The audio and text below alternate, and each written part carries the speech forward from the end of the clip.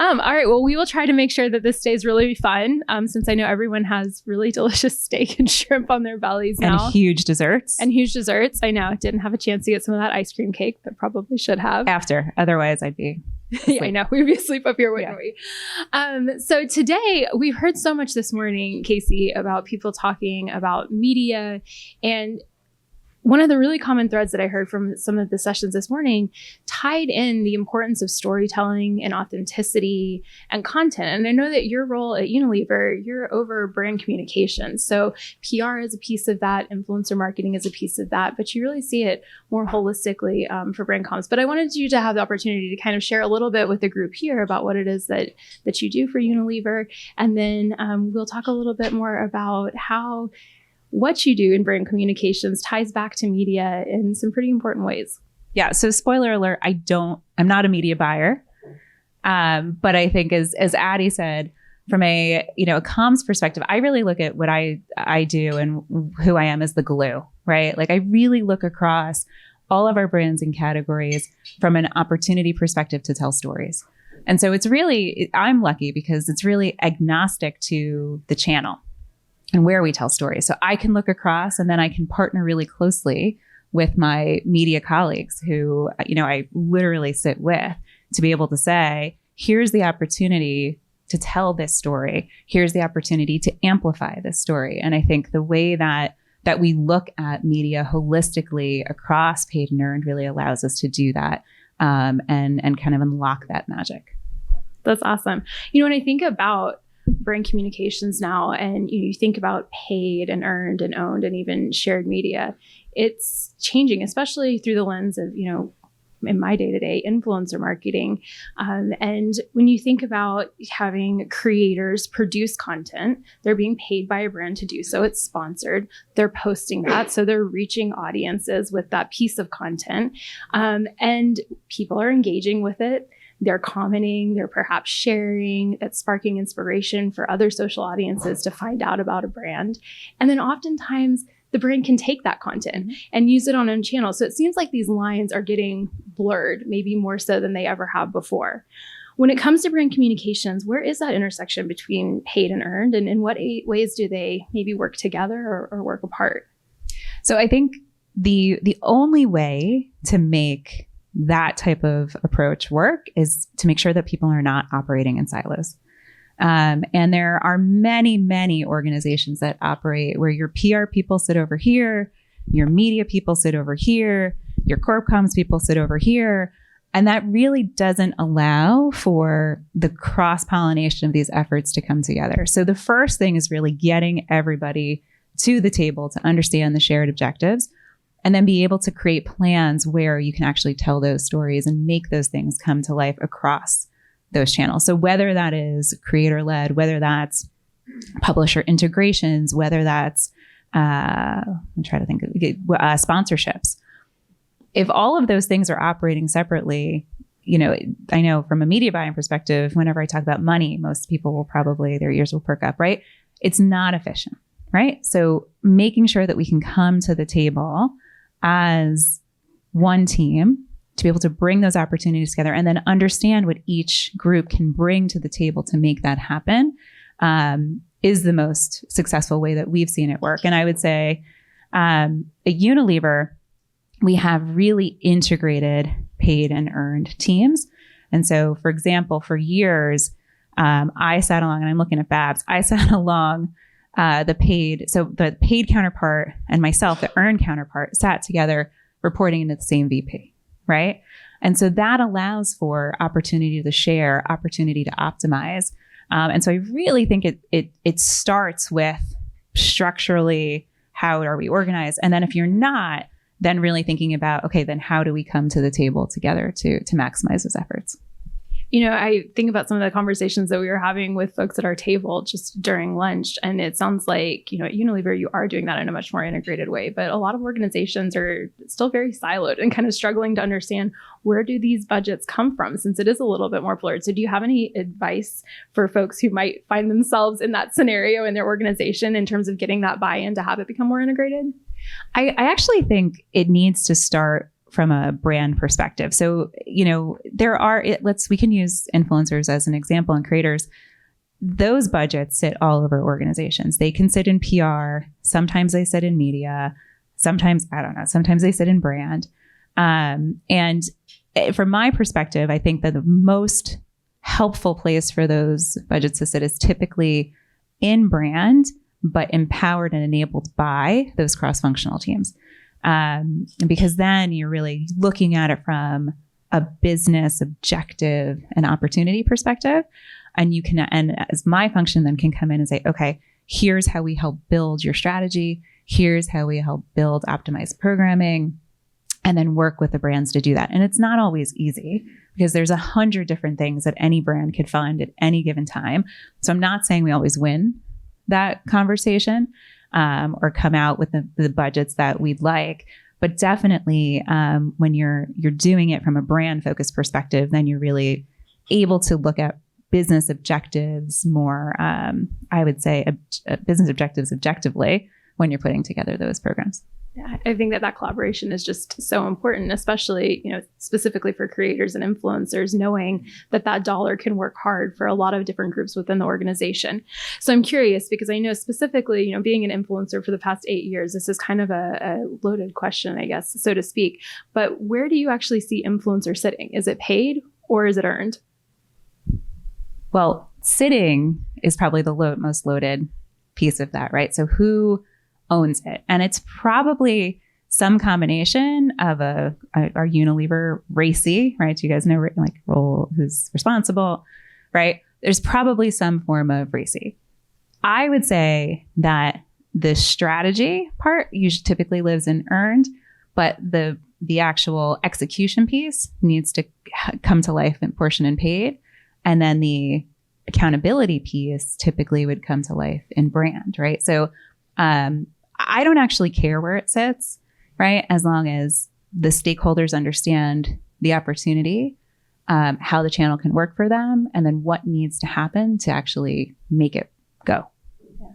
That's really interesting. And the fact that you think about, the channel piece is a good segue into the next question that I have for you, because I think more and more so, the opportunities for brands to connect with consumers, it's just fragmented. There's a lot of opportunity. Where do you actually put your dollars? We heard a lot of folks speak this morning about, find what works and then do more of that and incrementally test other places.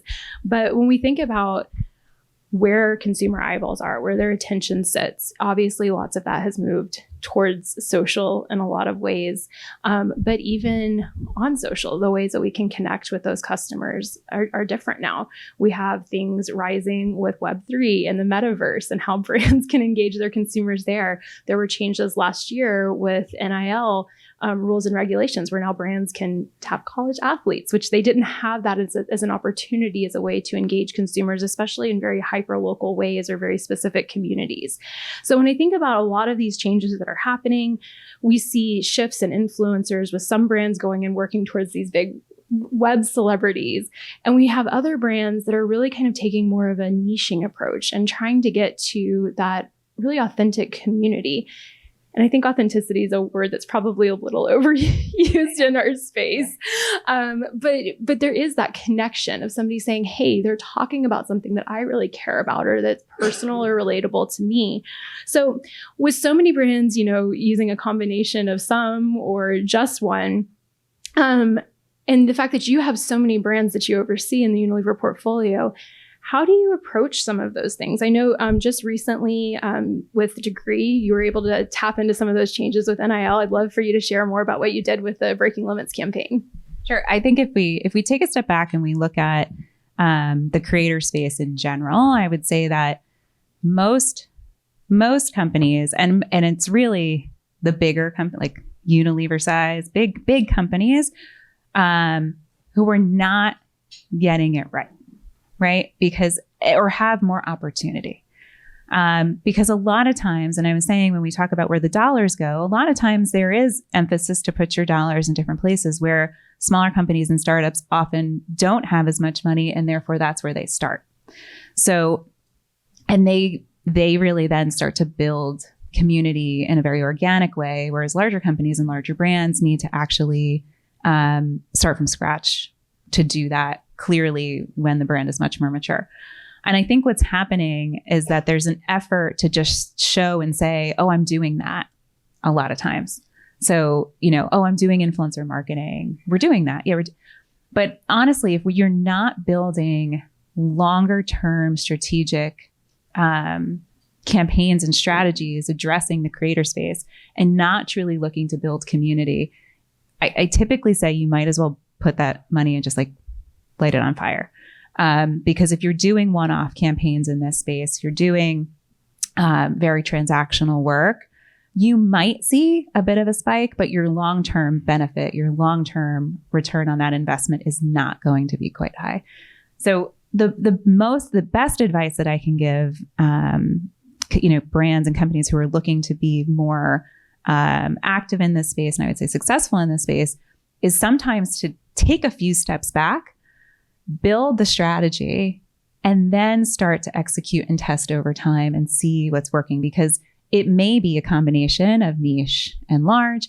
It may be different. It's going to be different for different brands. I think the example that we gave on Nil is a great example of a brand willing to lean in a new space. So Degree, we always talk about Dove at Unilever, right? So Dove, Dove is such an important part of the company.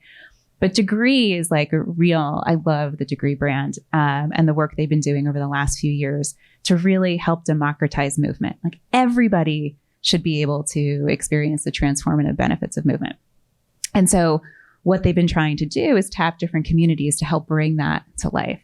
And so in July of last year, when the new rules went into effect where athletes could then monetize their name, image, and likeness, we leaned in to say, okay, we're going to get into this space, but we're not going to do it just to say, hey, let's hold up this, deodorant and not be that transactional. We actually looked at it as an opportunity to build relationships with a community of students to help bring to life the movement message, but also holistically to help them with mentoring and, opportunities for them. And what could we do to actually help enable that community to be more successful? And then in turn, they want to work with Degree. They want to do things with us. And so it really has been great. So this has been a program that we started. So last summer, we've added students to the program. We're continuing to use that platform to help amplify different campaigns throughout the year, right? So it's not just the Nil campaign, right? It's, our March Madness with this. It's our fall program with this. And so that allows you to really look at how things are working, how do we optimize, and then how do we continue to build on the success that we've seen.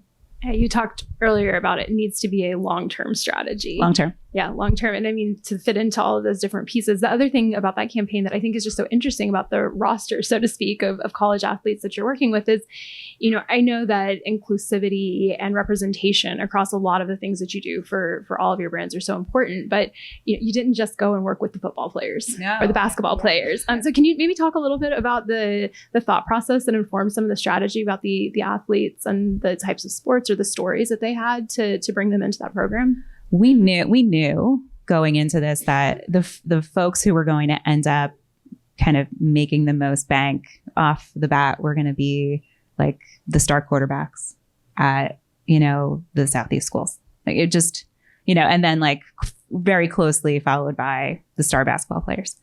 And so we really came into it to try to be thoughtful about the approach, to say very much about this, democratizing opportunity where we want to hear about the stories. It really was about the student stories. And we talk about breaking limits, about their stories of breaking their limits. How did they move beyond? What were they able to achieve?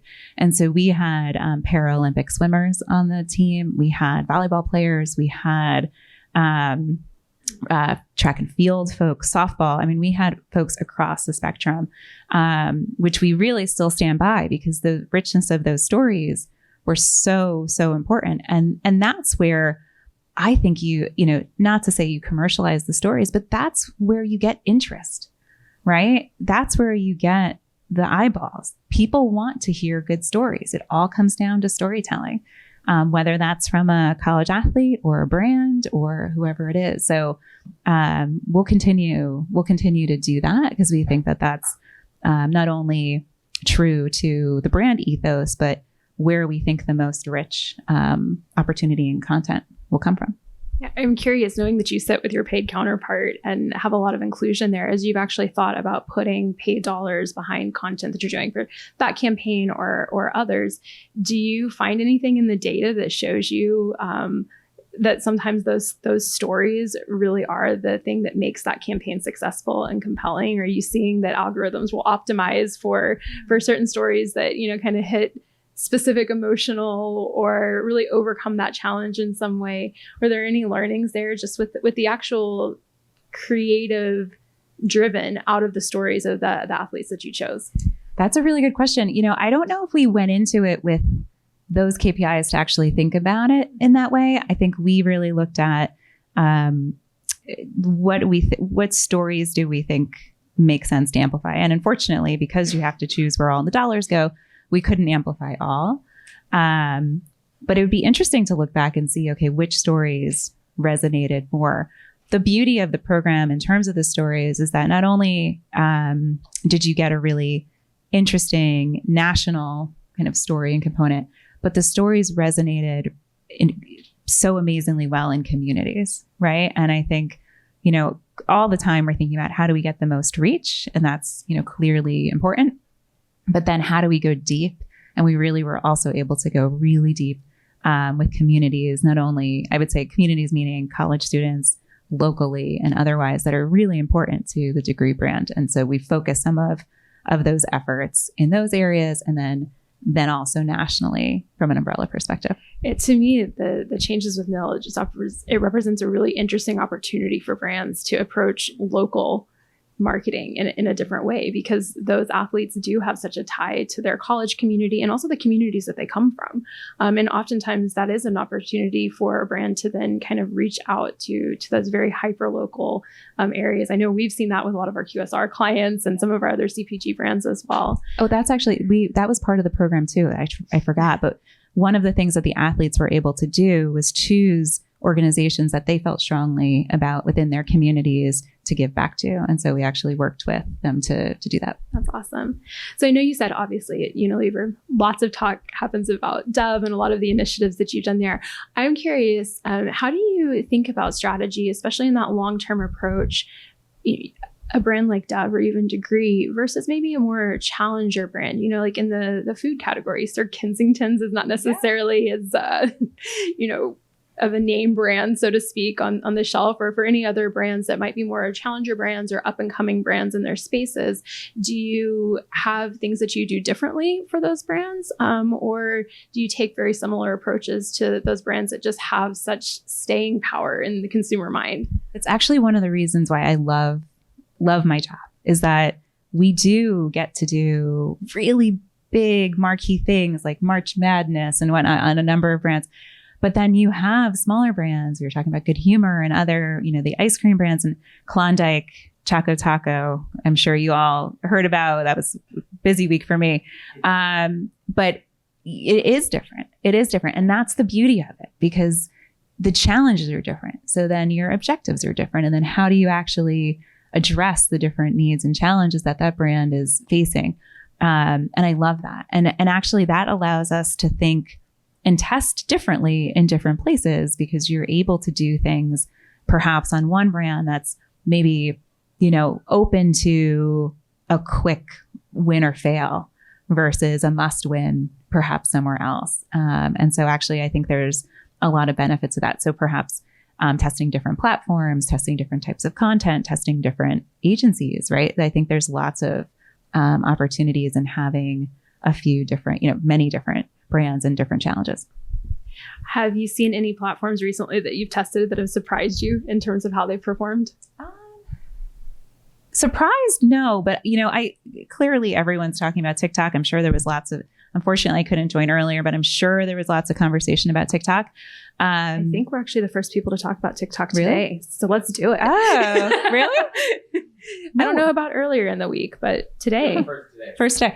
So I think that there are many large brands that have not really realized the full potential of TikTok, because TikTok is a beast.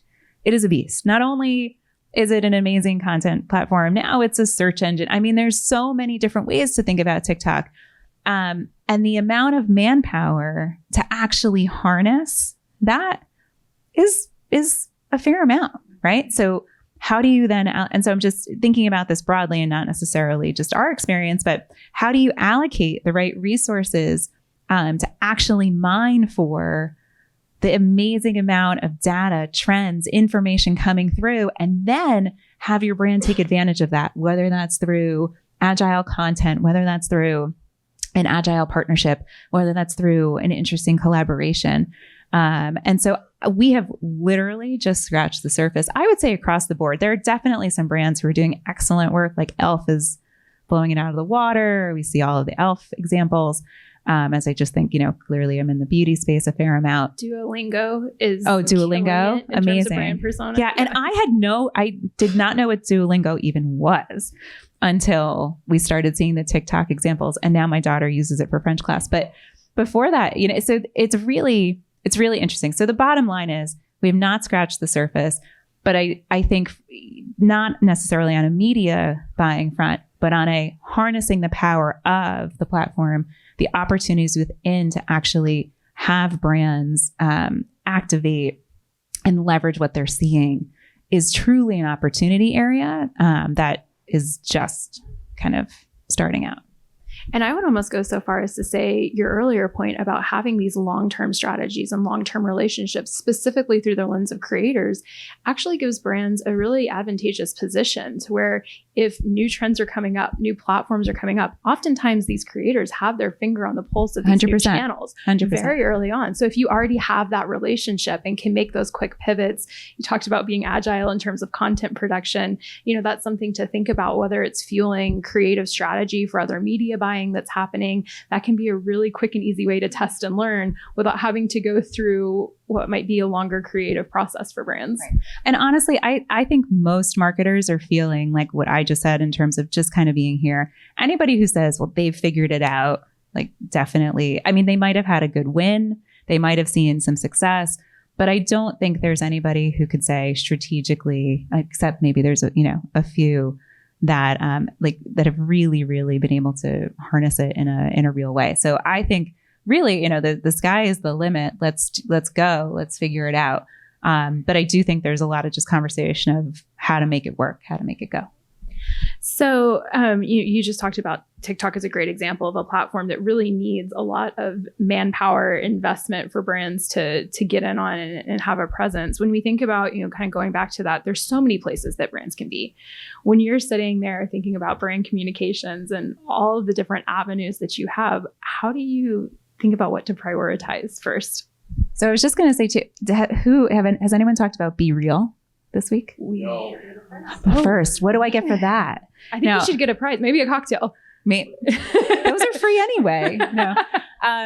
So just as a thought, right, as we think about things to come, right? So now you're starting to see who knows what Be Real is? Okay. Is anyone using Be Real? Is anyone using it? Okay. Yeah. I know. Babs, get on that. Let's do it. You definitely have a Be Real account. There's so just thinking about opportunity, right? There's opportunity everywhere, and Be Real might be around forever. It might be around for the next year. Who knows? But there's opportunity, and we're starting to see brands kind of get in and play, and it's okay. Like, it doesn't have to be perfect. It doesn't have to be fully baked.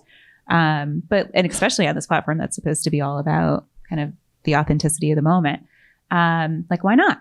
Why not give it a shot? So I when you think about the where do we show up, at the end of the day, we do want to make sure that we're showing up in places that matter to the people that we serve, right? So we're we're extremely focused, hyper-focused on the communities we serve and the people that we serve every day. And we serve people through our products, clearly, every day. And we serve people through the impact that we're working to make in those communities. So Breaking Limits is just one example. Clearly, Dove and the work that the Dove team has done for years in terms of making beauty a source of confidence and not anxiety.